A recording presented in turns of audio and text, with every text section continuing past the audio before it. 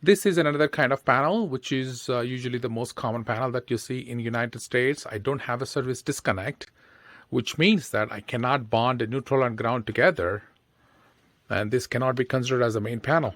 So I have a ground coming in from the main panel and the two hot wires and a white neutral. And again, here the neutral and ground are not bonded with each other. As you can see here, all the grounds are connected to the bus bar here on the left hand side, and all the neutrals are connected to a different bus bar, which are all the white wires here. So again, these are not bonded together, as this is not the main panel.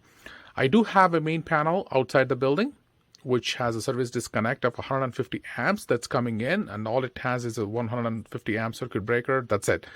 Now, this panel, which is in my basement, I have all the electrical loads connected with each other.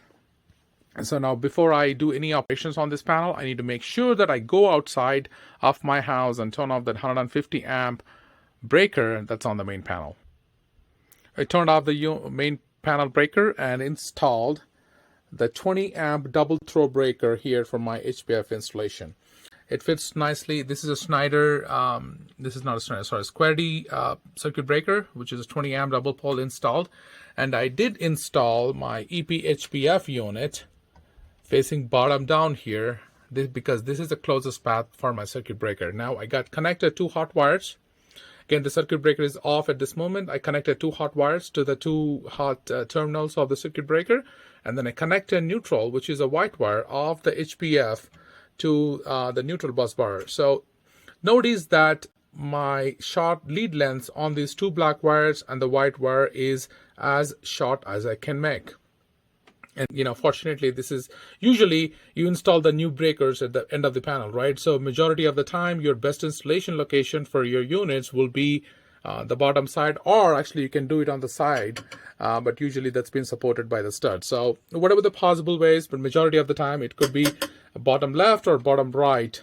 And once I installed the circuit breaker, the LEDs are off at this moment. And just make sure that everything is properly connected. Oh, and one more thing is, watch the new ground wire, which is the green wire. That's actually being connected to the ground bar. Again, in this installation, I am not bonding neutral white wire, ground green wire together, because I'm not supposed to, because this is not a main panel. Now, once it's done, just turn on the breaker, and you can see the green LEDs are on. It's beautiful. So it's an easy installation. I took about 10 minutes to install the whole thing.